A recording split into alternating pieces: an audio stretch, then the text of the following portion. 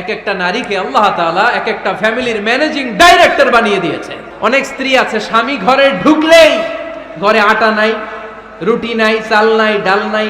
অনেক বোনেরা আছে বাইরে যাওয়ার সময় পার্লারিং করে মেকআপ করে সুন্দর জামা কাপড় পরে বাইরে যায়, আর স্বামীর সামনে আসলে বুয়ার মতো থাকে।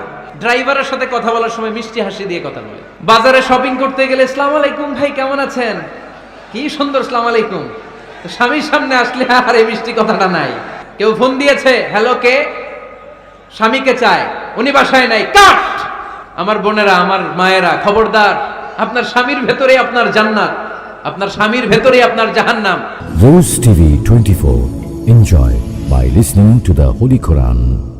স্ত্রীদেরকে আল্লাহ কি দায়িত্ব দিয়েছে একটা ফ্যামিলিকে সুন্দর করতে, একটা দাম্পত্য জীবনকে সুন্দর করতে। স্ত্রীর এক নম্বর দায়িত্ব হচ্ছে she should make a comfort to her husband.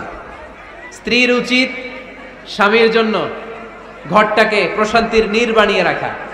কি বানিয়ে রাখা? প্রশান্তির নীর। স্ত্রী হওয়া উচিত এমন যাকে দেখলে স্বামীর চোখ জুড়ায়, স্বামীর প্রাণ জুড়িয়ে যায়, স্বামীর হৃদয়টা ঠান্ডা হয়ে যায়, ঠিক কিনা? আর স্ত্রীর দিকে তাকালে যদি মেজাজ গরম হয়ে যায়, মেজাজ খিটখিটে হয়ে যায়, ঝামেলা আছে না নাই? ঝামেলা আছে। এজন্য মেহেরবানি করে আমাদের বোনরা যারা এমন কোনো কাজ করবেন না যেটা স্বামীর মেজাজকে খিটখিটে করে দেয়, কারণ আল্লাহ তাআলা আপনাদেরকে তৈরি করেছে লিতাসকুনু ইলাইহা, স্বামী আপনার কাছে গেলেই যেন তার হৃদয়টা প্রশান্ত হয়ে যায়, ঠিক কিনা? অনেক স্ত্রী আছে না জেনে না বুঝে স্বামীর সাথে এমন খিটখিটে মেজাজ দেখায় যেটা স্বামীর জন্য মেনে নেওয়া কষ্টকর। স্বামীর জন্য একটা ত্রাস হয়ে দাঁড়ায় স্ত্রী, ত্রাস। অনেক স্বামী আছে স্ত্রীর এরকম আচরণের কারণে, অতিরিক্ত প্রেসার ক্রিয়েট করার কারণে স্ত্রীদেরকে ভয় পায়।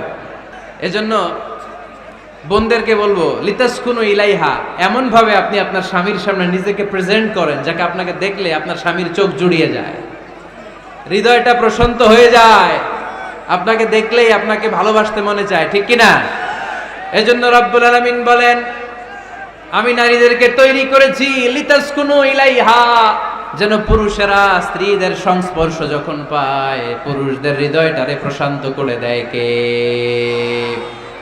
রব্বুল আলামিন বলেছেন খাদিজার জন্য জান্নাতে আমি এমন একটা ঘর বানিয়েছি যেই ঘরের মধ্যে কোনো বিশৃঙ্খলা নাই। খাদিজার জন্য জান্নাতে এমন একটা প্রাসাদ আমি বানিয়েছি যেই প্রাসাদের মধ্যে কোনো আওয়াজ নাই, কোনো কোলাহল নাই, কোনো বিশৃঙ্খলা নাই। কারণ খাদিজা আমার নবীকে এমন একটা ঘর উপহার দিয়েছে যেই ঘরের মধ্যে কোনো বিশৃঙ্খলা ছিল না, আওয়াজও ছিল না। পড়েন সুবহানাল্লাহ। আল্লাহ রাসূল যখন সারাদিন কাফেরদের মাঝে কোরআনের দাওয়াত দিতেন, কোলাহল মারামারি জীবনের ঝুঁকি নিয়ে মক্কার কুরাইশদের মাঝে যখন দাওয়াত দিতেন, সব বিশৃঙ্খলা ঝামেলা গোলমাল শেষ করে রাতের বেলায় যখন খাদিজার ঘরে বিশ্বনবী ঢুকতেন, বিশ্বনবীর হৃদয়টারে প্রশান্ত করে দিত কে? আম্মাজান খাদিজা বিশ্বনবী সাল্লাল্লাহু আলাইহি ওয়াসাল্লামের জন্য এমন ঘর উপহার দিয়েছেন যেই ঘরে বিশ্বনবী আসলে বিশ্বনবীর হৃদয়টা ঠান্ডা হয়ে যেত। সুবহানাল্লাহ পড়েন। অনেক স্ত্রী আছে স্বামী ঘরে ঢুকলেই ঘরে আটা নাই, রুটি নাই, চাল নাই, ডাল নাই, এটা লাগবে ওইটা লাগবে, ওখানে যেতে হবে, একটার পর একটা ফিরিস্তি বলে বেড়ায়, আছে না নাই? না, এটা করবেন না। আপনার কি লাগবে এই সব দায়িত্ব আল্লাহ তাআলা স্বামীকে দিয়েছে, স্বামীকে জানাবেন। তবে ধীরে সুস্থে, ধীরে সুস্থে স্বামীর জন্য ঘরটাকে এমন করে রাখতে হবে যেন ঘরে ঢুকলেই স্বামীর হৃদয়টারে প্রশান্ত করে দেয় কে? এজন্য স্ত্রীর প্রথম দায়িত্ব ঘরটারে প্রশান্তির নীর বানানো। একটা সুখী দাম্পত্য জীবনের জন্য স্ত্রীর 2 নাম্বার দায়িত্ব হচ্ছে স্বামীকে ইন্সপায়ার করা, স্বামীকে সাহস জোগানো, পিছন থেকে ড্রাইভিং পুশের মতো কাজ করা। কারণ স্বামীকে যখন স্ত্রী সাহস যোগায় স্বামীর সাহস বেড়ে যায়, ঠিক কিনা? আল্লাহর হাবিব সাল্লাল্লাহু আলাইহি ওয়াসাল্লামের কাছে কোরআনের আয়াত নাযিল হলো, ইকরা বিসমি রাব্বিকাল্লাযী খালাক খালাকাল ইনসানা মিন আলাক ইকরা ওয়া রাব্বুকাল আকরাম আল্লাযী আল্লামা বিল কলম আল্লামাল ইনসানা মা লাম ইয়ালাম। পড়েন আল্লাহু আকবার। সূরাতুল আলাকের 5 আয়াত হেরা গুহায় যখন নাজিল হয়ে গেল, বিশ্বনবী সাইয়েদনা জিব্রাইলকে নিজ আকৃতিতে দেখলেন, পা থেকে মাথা পর্যন্ত দেখে বিশ্বনবী ভয় পেয়ে গেলেন। বিষ্ণু ঈসা ইসলামের হৃদয় কাঁপতে আরম্ভ করলো। কোরআনের 5 আয়াত নিয়ে হেরা গুহা থেকে বিশ্বনবী আম্মাজান খাদিজাতুল কুবরা রাদিয়াল্লাহু তাআলা আনহার কাছে চলে আসলেন। এসে ডেকে বললেন, খাদিজা জাম্মিলুনি জাম্মিলুনি, কম্বল দিয়ে তুমি আমারে চাপা দাও, আমার ভয় লাগছে, মনে হয় আমি বাঁচবো না। আম্মাজান খাদিজা বললেন, কি হয়েছে আপনার? বিশ্বনবী বললেন, বিশাল বড় একটা লোক কোরআনের 5 আয়াত নিয়ে এসেছে। ওই লোকের পা হেরা গুহার মধ্যে, মাথাটা আকাশের উপরে, এত বিশাল সত্তা, বিশাল কোন মানুষ জীবনে আমি দেখি নাই। এসে সে পরিচয় দিয়েছে সে নাকি জিব্রাইল ফেরেশতা। বিশ্বনবী বললেন, মনে হয় আমি বাঁচবো না, আমার জ্বর চলে এসেছে, আমার হৃদয়ের মধ্যে কাঁপুনি শুরু হয়েছে, তুমি আমারে কম্বল দিয়ে চাপা দাও। আম্মাজান খাদিজা বললেন, ও নবী, ভয় পাবেন না, আমার আল্লাহ কোনোদিন আপনারে অপমান করবেন না। সুবহানাল্লাহ পড়েন। ওয়াল্লাহি ওয়াল্লাহি লা ইউখজিক আল্লাহু আবাদা। নবী গো, আল্লাহ আপনারা অপমান করবেন না, কারণ আপনার মধ্যে এমন এমন ভালো ভালো গুণ আছে, এই গুণাবলীগুলি যে মানুষের মধ্যে থাকে তাকে আমার রব কোনোদিন অপমান করতে পারে না। চিল্লায় বলেন ঠিক কি না? নবী হে, ইন্নাকা লা তাসিলুর রাহিমা, আপনি আত্মীয়তার সম্পর্ক বজায় রাখেন। ও নবী, তাসদুকুল হাদিসা, সব সময় আপনি সত্য কথা বলেন। ওয়া তাহমিলুল কাল্লা, আপনি মানুষের বোঝা টেনে দেন। ওয়া তাকসিবুল মা'দুমা, যার উপার্জন করার কেউ নাই, নিজে গায়ে খেটে আপনি তারে উপার্জন করে দেন। ওয়া তুঈনু আলা নাওয়াইবিল হক, সত্য যেখানে বিপন্ন সেখানে আপনি সাহসী সৈনিকের মতো দাঁড়িয়ে যান। সুবহানাল্লাহ। নবী হে, আপনি ভয় পাবেন না, কারণ আপনি এমন অসাধারণ ব্যক্তিত্ব, এমন জনকল্যাণমূলক কাজের আঞ্জাম আপনি দেন, এরকম লোককে আল্লাহ কখনো অপমান করতে পারে? আপনি চালিয়ে যান, আপনাকে থামানোর মতো অপশক্তি গোটা বিশ্বে দ্বিতীয়টা নাই। চিল্লায় বলেন ঠিক কি না? বিশ্বনবীকে সাহস জুগিয়েছেন, এরকম সাহস জোগানোর মতো স্ত্রী আমাদের দরকার আছে না নাই? বিশ্বনবী সারাদিন বাইরে যখন কাফের মুশরিকদের অত্যাচার অনাচার সহ্য করে ঘরে আসতেন, আম্মাজান আয়েশা এমন সাহসিকতার বাণী শোনাতেন, এমন মোটিভেশন শোনাতেন, এমন ইন্সপায়ারেশন দিতেন, বিশ্বনবী সারাদিনের সব দুঃখ কষ্ট ভুলে গিয়ে এর পরের দিনের দাওয়াতি কাজের জন্য নতুন করে এনার্জি ফিরে পেতেন। চিল্লায় পড়েন আল্লাহু আকবার। এজন্য স্ত্রীর 2 নাম্বার কাজ হচ্ছে স্বামীকে সাহস যোগানো। 2 নাম্বার কাজ কি? স্বামীকে সাহস যোগানো, স্বামীকে সাপোর্ট দেয়া। স্ত্রীর 3 নাম্বার কাজ হচ্ছে স্বামীর ডাকে সাড়া দেয়া। কি দেয়া? স্বামী যদি স্ত্রীর সঙ্গ পেতে চায়, স্ত্রীর ওই ডাকে সাড়া দিতে হবে। রাতের বেলা স্বামী যদি স্ত্রীর সঙ্গ চায়, আর স্ত্রী যদি সঙ্গ না দিয়ে চলে যায়, ফজর পর্যন্ত স্ত্রীর উপর আল্লাহর ফেরেশতারা লানত দিতে থাকে। চিল্লায় পড়েন নাউযু বিল্লাহ।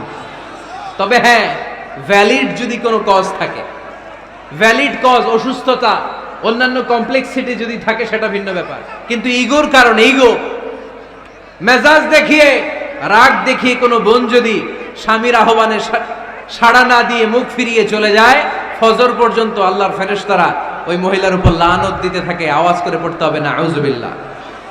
আবার বিশ্বনবী বলেছেন, খবরদার, রমজান ছাড়া কোন নফল রোজা কোন স্ত্রী যদি রাখতে চায়, নফল রোজা রাখার আগে স্বামীর কাছ থেকে যেন সে অনুমতি নিয়ে নেয়। নফল রোজা, আওয়াজ করে বলেন কি রোজা?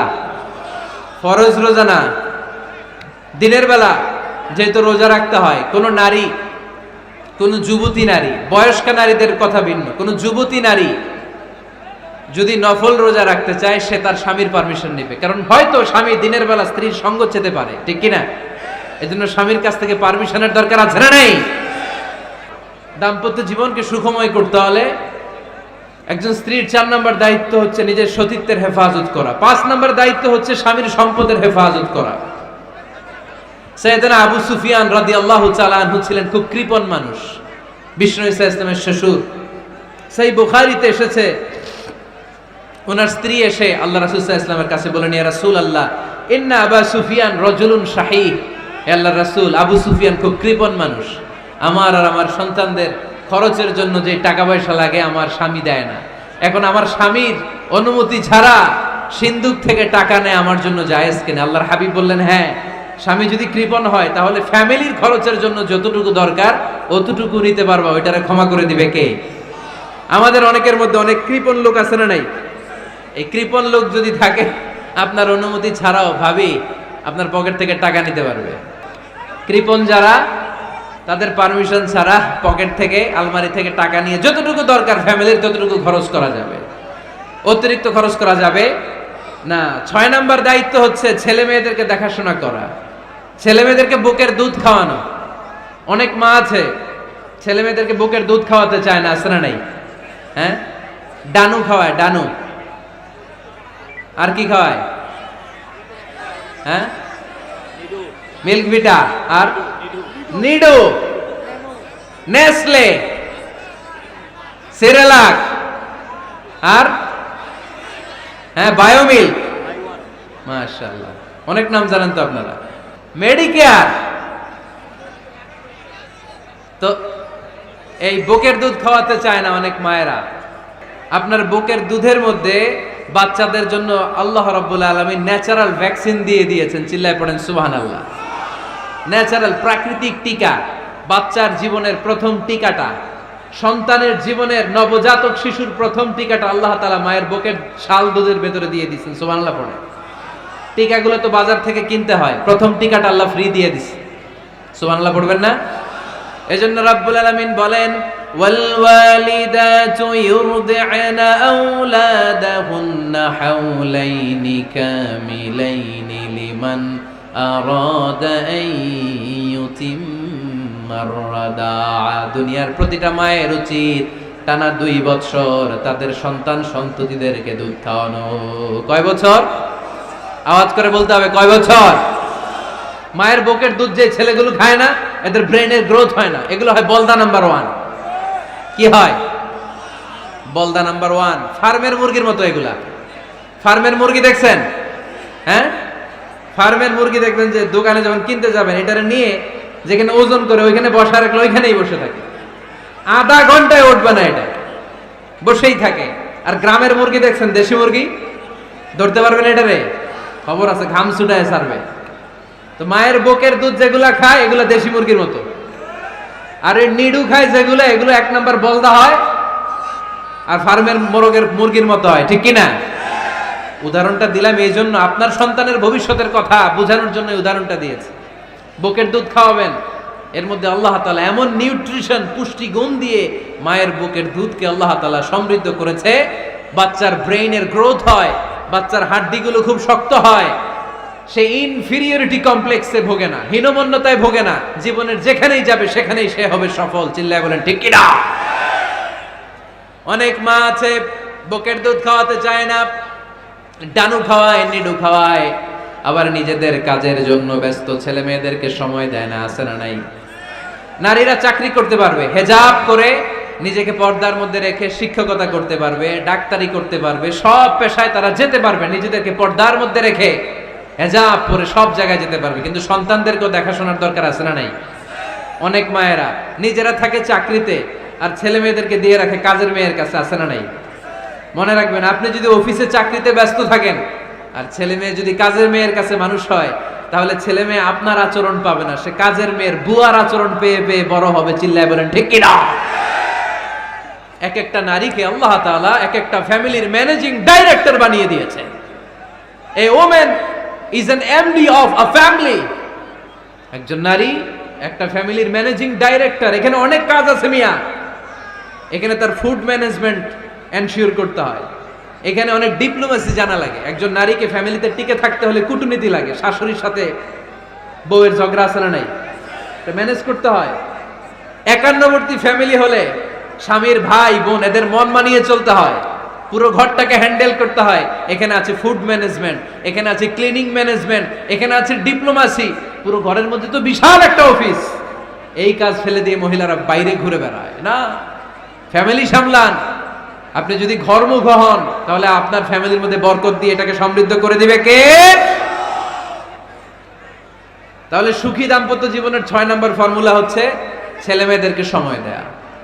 ছেলে মেয়েদেরকে সময় দেন। Spending money, spending time is more important than spending money for children. ছেলে মেয়েদের জন্য টাকা ব্যয় করার চেয়ে ছেলে মেয়েদের সাথে সময় ব্যয় করা বেশি গুরুত্বপূর্ণ।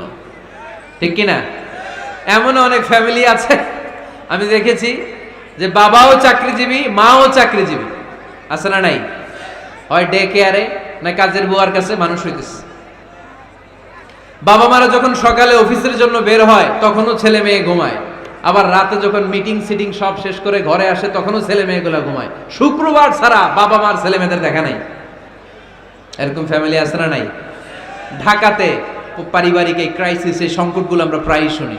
আল্লাহ তুমি আমাদের ফ্যামিলিগুলোরে বরকতময় করো, আমাদের ফ্যামিলিতে যেন আমরা জান্নাতি ইমেজ উপভোগ করতে পারি, তুমি তৌফিক দান করো। আওয়াজ করে পড়বো আমিন। 7 নাম্বার দায়িত্ব, বিশ্বনবী বলেছেন খবরদার, স্বামী পছন্দ করে না এমন কোন লোককে স্ত্রী যেন ঘরে অ্যালাউ না করে। স্বামী পছন্দ করে না এমন কোন লোককে আপনার স্ত্রী ঘরে অ্যালাউ করতে পারবে? আমার বোনেরা খবরদার, আপনার স্বামীর পারমিশন ছাড়া, আপনার স্বামী পছন্দ করে না এরকম কোন লোককে আপনার ঘরে আপনি অ্যালাউ করতে পারবেন না। 8 নাম্বার, স্বামীকে আর্থিকভাবে সহযোগিতা করা। যদি স্ত্রী ধনী হয়, আমরা সব এক করে ফেলছি, আসলে ইসলামের দৃষ্টিতে স্বামীর ব্যালেন্স আলাদা, স্ত্রীর ব্যালেন্স আলাদা। স্বামীর যাকাত আলাদা, স্ত্রীর যাকাত আলাদা, ঠিক কি না? স্ত্রী ধনী হতে পারে, স্ত্রীর আলাদা সম্পদ থাকতে পারে। যদি স্ত্রীর সম্পদ থাকে, স্ত্রীর উচিত তার সম্পদ দিয়ে তার স্বামীকে এস্টাবলিশ হতে, স্বাবলম্বী হতে সহায়তা করা। যদিও এটা আল্লাহ তাআলা আবশ্যক করে দেন নাই, কারণ আর্থিক ফিনান্সিয়াল সব কাজগুলোকে স্বামীর উপরে ফরজ করেছে কে? ফিনান্সিয়ালি 1 টাকা খরচ করা, 1 টাকার দায়ভার নেয়া কোন স্ত্রীর উপরে আল্লাহ আবশ্যক করে নাই। তারপরেও স্ত্রী যদি ধনী হয়, স্ত্রীর যদি জায়গা জমি থাকে, সম্পদ থাকে, তাহলে স্ত্রীর উচিত তার স্বামীকে স্বাবলম্বী হতে সহযোগিতা করা, ঠিক কিনা? আমরা মডেল হিসেবে আম্মাজান খাদিজা রাদিয়াল্লাহু তাআলা আনহার জীবনের দিকে যদি তাকাই, তাহলে দেখব উনি অনেক মহিয়সী গরিয়সী একজন ব্যবসায়ী নারী ছিলেন। আম্মাজান খাদিজা রাদিয়াল্লাহু তাআলা আনহা ওনার ব্যবসায় স্টাফ হয়ে বিশ্বনবী ওনার সাথে পরিচিত হলেন। বিশ্বনবীর আমানতদারিতায় মুগ্ধ হয়ে আম্মাজান খাদিজা বিশ্বনবীরে বিয়ের প্রস্তাব দিলেন।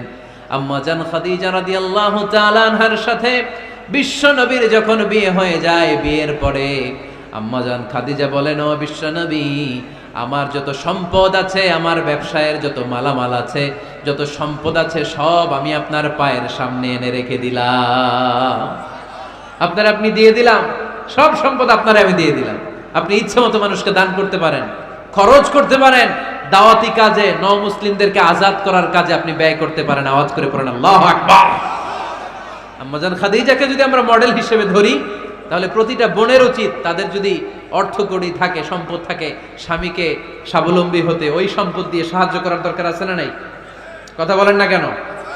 9 নাম্বার, স্ত্রীর দায়িত্ব দাম্পত্য জীবনকে সুখময় করতে নিজেকে স্বামীর সামনে বিউটিফাই করে উপস্থাপন করা। নিজেকে বিউটিফাই করে, মেকআপ করে স্বামীর সামনে উপস্থাপন করা। আমি আমার মা বোনদেরকে বলবো, আপনারা নিজেদেরকে গুছিয়ে সাজিয়ে স্বামীর সামনে উপস্থাপন করেন। অনেক বোনেরা আছে বাইরে যাওয়ার সময় পার্লারিং করে, মেকআপ করে, সুন্দর জামা কাপড় পরে বাইরে যায়, আর স্বামীর সামনে আসলে বুয়ার মতো থাকে। আছে না নাই? স্বামীর সামনে পচা জামা, ছিঁড়া জামা, চুলের মধ্যে নাই সুগন্ধি, নিজেকে গুছিয়ে রাখে না, সামলে রাখে না, কাজের বুয়ার মতো নিজেকে উপস্থাপন করে স্বামীর সামনে। আর বাইরে গেলে মেকআপ করে, পার্লারিং করে যায়। হওয়া দরকার ছিল উল্টা, বাইরে আপনি সাদা সিধা ভাবে যাবেন, বোরকা দিয়ে নিজেকে ঢেকে যাবেন। বাইরে যাওয়ার সময় কোনো নারী পারফিউম ইউজ করে যেতে পারবে না।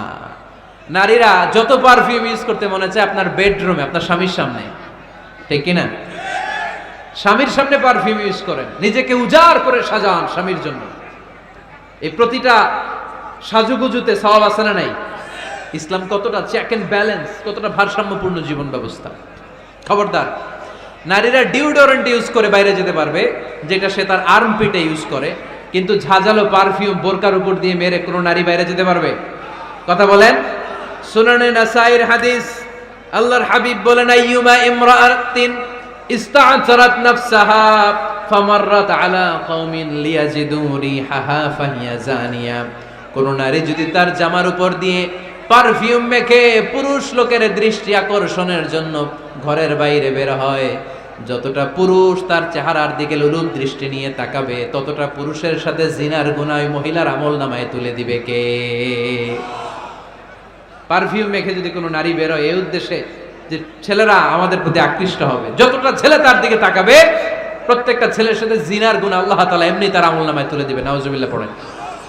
এজন্য খবরদার, নিজেকে সাজিয়ে গুজিয়ে স্বামীর সামনে উপস্থাপন করুন, সাজিয়ে গুজিয়ে। অনেক স্ত্রীরা আছে ড্রাইভারের সাথে কথা বলার সময় মিষ্টি হাসি দিয়ে কথা বলে। বাজারে শপিং করতে গেলে আসসালামু আলাইকুম ভাই কেমন আছেন, কি সুন্দর আসসালামু আলাইকুম। তো স্বামীর সামনে আসলে আর এই মিষ্টি কথাটা নাই, আসলে নাই। বাইরে তোমার চিকন গলায় কিসের আসসালামু আলাইকুম, হ্যাঁ না, বাইরে আপনি আসসালামু আলাইকুম দিতে যাবেন না, ঝটপট করে কর্কশ ভাষায় কথা বলে শেষ। কেউ ফোন দিয়েছে, হ্যালো কে, স্বামীকে চায়, উনি বাসায় নাই, কাট।